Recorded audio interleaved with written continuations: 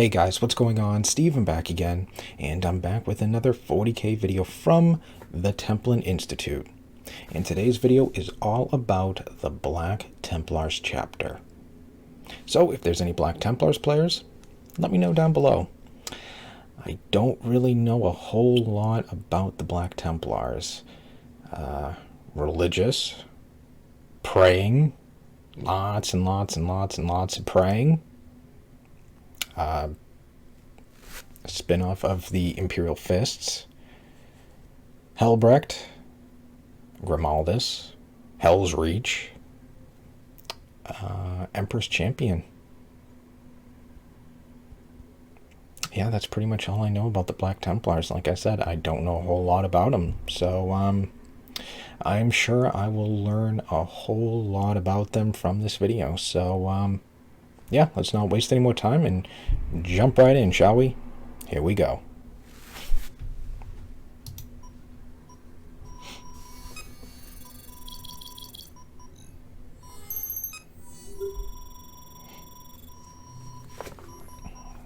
Before we begin today's investigation, the Templars Institute Patreon has been updated this month with some new rewards. So if you have the means and desire to help support the Templars Institute, now is the perfect time. A pledge of $15 and above entitles you to this exclusive Templars Institute pin, while a $25 pledge guarantees a print of this original artwork.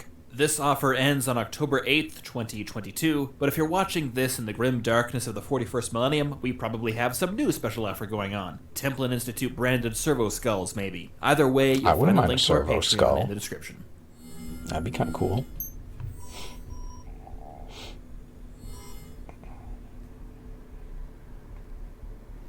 For 10,000 years, the Imperium of Man has withered in the shadow of the Great Crusade. It was an incalculable effort, a grand campaign, elevated to legend and myth. The Great Crusade marked the brief but golden era in human history, when the Emperor himself raised high a burning sword to throw back the darkness of the old night. Wherever his fleets and armies triumphed, civilization was rekindled. Wonders were rebuilt, star systems and sectors were reunified, and the promise of technology and science pulled back humanity from the depths of its ignorance. Everything flourished when he was still alive. The Battle of Istvan V marked the official end of the Great Crusade, and the start of the heresy that would tear down everything it had sought to achieve. Yep. In the grim darkness of the 41st millennium, the campaigns of the Emperor are a distant memory, intertwined with myth and lies. But the most terrible truth the enemies of mankind can learn is that the Great Crusade never ended. Even in this dark and terrible age, where the Imperium withers, fleets and armies tear across the galaxy in its name. But no longer do they carry with them the power of technology or science, nor the promise of progress and understanding. Now, the Great Crusade brings only death and vengeance, for it is no longer the Emperor that leads it, but his most zealous, vindictive sons, the Black Templars. Ooh. Like many of the institutions and organizations that today make up the Imperium of Man, the Black Templars were born from the fear of a second massive civil war, from which it would never recover. The transhuman Space Marine legions, immortalized as the Astartes, were the most powerful of the Emperor's armies, and without them, the Great Crusade would have faltered and failed. Yep. But when corrupted by the Dark Gods, the legions also represented the greatest threat to the continued survival of human civilization. To prevent the calamity of the Horus heresy from ever repeating itself across the Imperium, Primarch Roboute Guilliman argued in its immediate aftermath that the Legion should be reorganized into far smaller chapters, consisting of no more than 1,000 Space Marines. He penned his treatises in a sacred tome of military organization that would come to be known as the Codex Astartes. Guilliman's surviving loyal brothers, each in command of a legion of their own, were divided by his proposal, but none were more vocal in their opposition than Rogel Dawn, Primarch of the Imperial Fists Legion. It was only when Dawn realized that his steadfastness might lead to the very kind of internal conflict that Guilliman sought to avoid that he consented. In an event known as the Second Founding, the Imperial Fists were split into numerous chapters, and the Black Templars were born. Ironically, though Dawn had sought to keep his legion united, the establishment of the Black Templars, in many ways, merely gave independence to a distinct force that had already existed within the Imperial Fists. Even before the Horus Heresy, Sigismund, first captain of the Imperial Fists Legion, had gained a reputation as a warrior of peerless lethality and ability. I heard he was an Primarch amazing surpassed his warrior. almost supernatural genius for dealing death to the enemies of mankind. During the Siege of Terror, Sigismund was further elevated to the honorary position of Emperor's Champion, and the livery of the Imperial Fists that adorned his armor God, that was looks painted so over black bad. to signal he represented the Emperor himself. That looks so But above cool. all, Sigismund radiated a zealousness and fanaticism that attracted others of a similar mindset to his side. And what is that, the Black Blade? When the time came to appoint a chapter master for the nascent Black Templars, Sigismund was an obvious choice. He initiated as his first warriors those among the former Legion who shared his zealotry and determination. Many were selected from the Templar Brethren, an elite force within the Imperial Fists that had guarded the Temple of Oaths aboard the flagship Phalanx.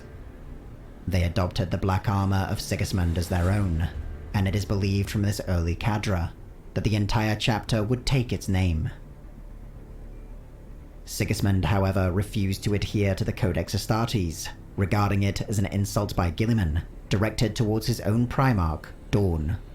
Oh, Yet he was also interesting. devoted to proving the loyalty of his chapter.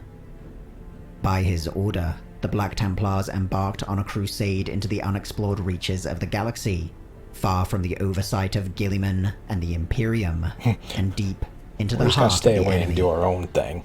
For 10,000 years, this campaign has endured, the longest Space Marine crusade in the history of the Really? Imperium.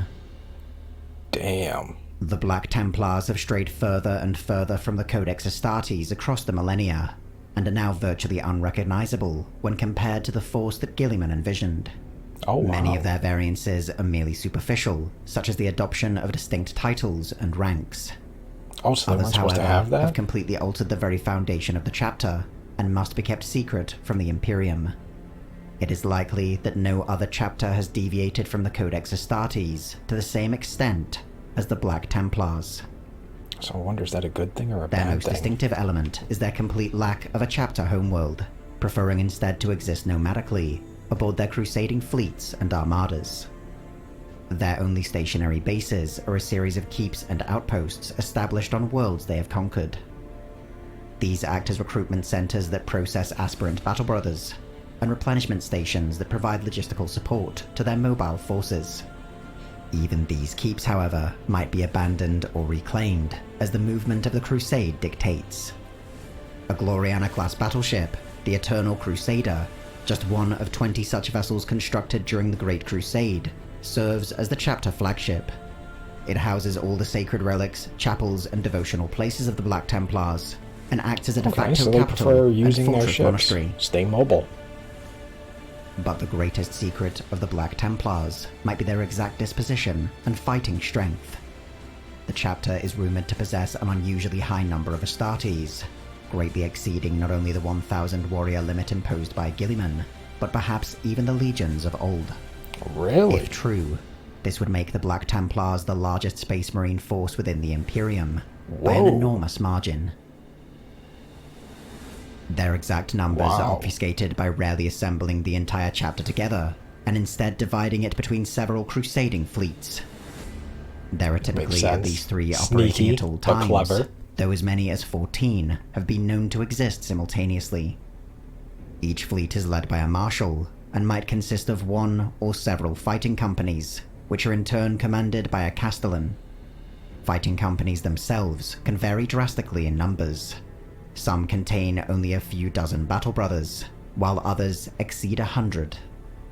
Individual Astartes are rarely assigned to a company by a superior, but instead choose their assignments based on fraternal bonds and codes of honor. Specialists such as apothecaries and chaplains, meanwhile, have near complete autonomy within the chapter, able to move between formations as they see fit. Makes In addition sense. to the Astartes themselves, companies chaplains and include the far more apothecaries. numerous non-augmented personnel who supply the material, specialists and auxiliary assets required to keep the Crusade fleets operational. Even at the tactical level, the Black Templars have eschewed the rigid doctrine of the Codex Astartes in favor of more flexible and ad hoc units.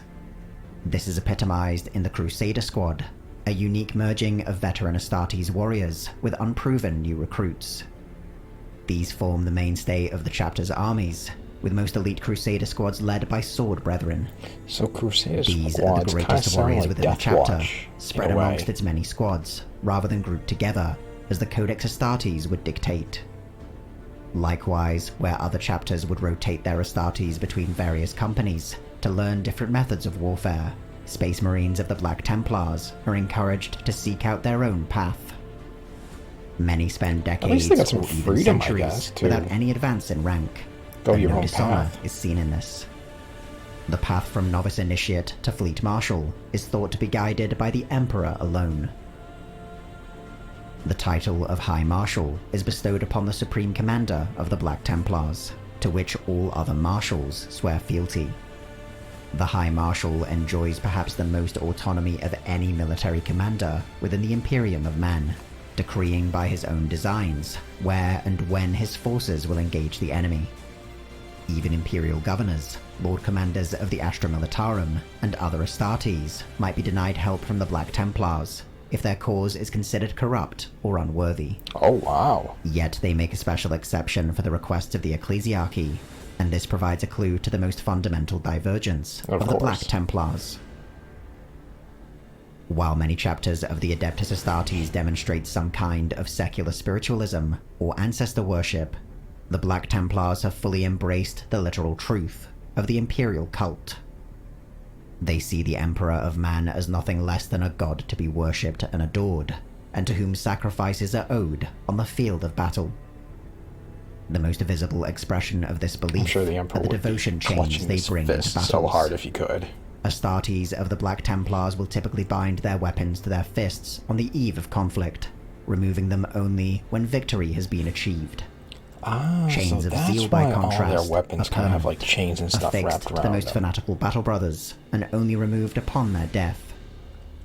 Oh, okay. This uncompromising belief and religious fervor actually pretty cool. permeates every aspect of the chapter, and is used to justify the harshest of measures.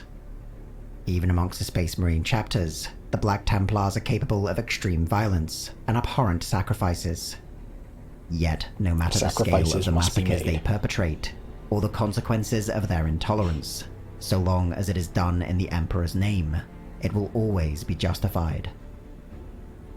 The zealotry of the Black Templars is also expressed in the chapter's absolute refusal to accommodate librarians, the sanctioned psychers of the Astartes, within their ranks.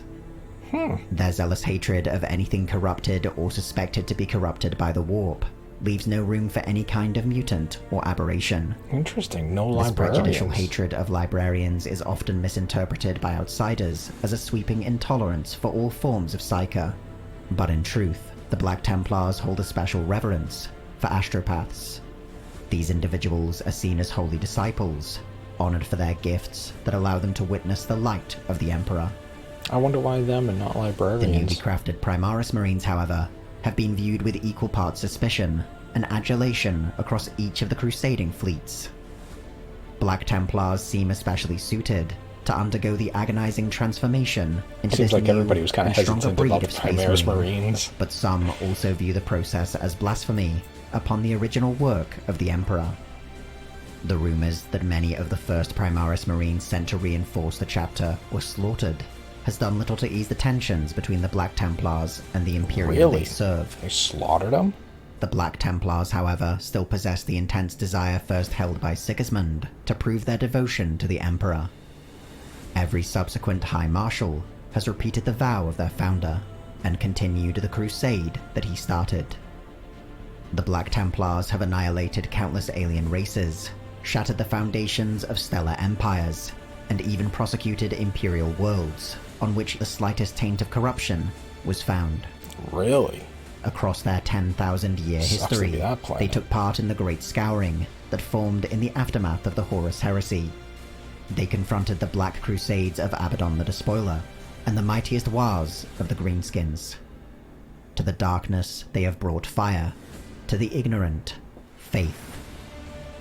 But in the unfolding new age that has come to be known as the Era Indomitus, the Black Templars have found the ultimate crucible in which to prove their faith. As the galaxy burns to the laughter of the dark gods, and the light of the Imperial faith lies gutted, the chapter has been reinvigorated. Long-abandoned chapter keeps have been restored, and new ones raised on the burning rubble of traitor strongholds. Oh, so they're rebuilding keeps and stuff. And old ones reinforced. On 1,000 different battlefields, their righteous hatred and tireless intolerance drives them onwards. For the galaxy is beset by the alien, the mutant, the heretic, and the witch, and the Black Templars can suffer none to live.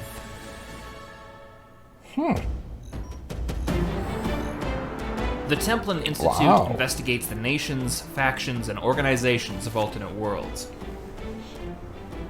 If you've enjoyed this video and would like to join the Templin Institute, consider pledging to our Patreon page. Along with increased security access, you'll be able to vote in polls to determine future topics, get custom wallpaper every week, and receive some other exclusive rewards.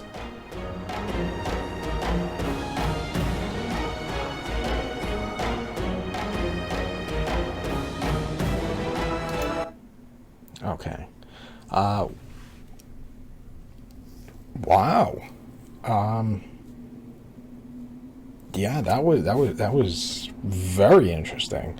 So much stuff I didn't really know about the Black Templars. I didn't know that they well exceeded the 1,000 Space Marine mandate that was put in place, and might be, what they say, like the largest chapter with who knows how many. And what's the deal with like the Primaris Marines? It's like nobody liked the Primaris Marines. What, apparently the Black Templars supposedly killed them, and then Dark Angels were a little hesitant about them as well, because I think it was Major Kill I was watching, and it was how did each chapter react to Primaris Marines or something like that, or receiving Primaris Marines. Yeah, Dark Angels were a little hesitant about them. Black Templars apparently killed them. Obviously, some of the other chapters and stuff were very welcoming. Others apparently not so much. I forgot about Sigismund. Apparently amazing warrior, swordsman, Emperor's Champion, which is still a very cool title. I did not know that about the weapons and the chains around their wrist and stuff. I thought that was only the Emperor's Champion that did that, because I have to hold on to that, what is it, the black blade? I don't remember what the blade is called, but like it's supposed to hold on to that, so I mean that would make sense for it to be chained on so you don't lose it. I didn't know apparently all Black Templars do that, but they have, reasons, and you only take them off once the battle is over and stuff, which I can see that, I can understand that, makes sense, kind of like a I don't want to say like a rite of passage, a tradition. I don't know how I want to describe it, but yeah, I mean that was very interesting. Learning about why they chain their weapons to their wrists and stuff. But yeah, overall a very interesting chapter. I like the paint scheme. Very simple, but still very cool, black and white. I did also find it very interesting that they were kind of moving away from, the codex and stuff like that, and kind of doing their own thing, and, we're going to go out here and kind of do our own thing. We're going to stay away from you, and, yeah, just stay away from you, and we're going to do our own thing. But yeah, overall, very interesting chapter. Like I said, I didn't know really anything about him, but yeah, definitely learned a lot more now. Sometimes it's a little too much, especially with Templin Institute videos. Sometimes it's just a little too much information thrown at you all at once, which is why I like it when Bricky does the videos, because it's kind of a little bit easier to digest, if you will, if that comes across all right, you know. But still, nonetheless, still an awesome video. Definitely learned quite a few things about the Black Templars, so yeah, that was awesome. So anyways, yeah, I hope you guys enjoyed the video. If you did, hit that thumbs up button, that'd be awesome. Remember, feel free to subscribe to my channel, follow me on social media, links are in the description box below, and of course, leave me all your thoughts and comments about the Black Templars. How big do you think their chapter really is? Do you play Black Templars? Yeah, and anything else you want to, any other comments you want to leave, go ahead. And yeah, if there's any other videos you guys want me to check out, I know I'm going to be doing, when I find some time, that video, what was that little animation in Bricky's video? I can't remember what it was called, but I do have it saved, that little animation video. Dawn drops the artillery piece and misses. Hey, that could have killed me. Get another one. Yeah, so I'll be doing that video as well. But yeah, if there's any others, like I said, let me know down below and I'll be glad to do a video on it. So other than that, yeah, just stick around. More videos are on the way, and I will see you guys next time.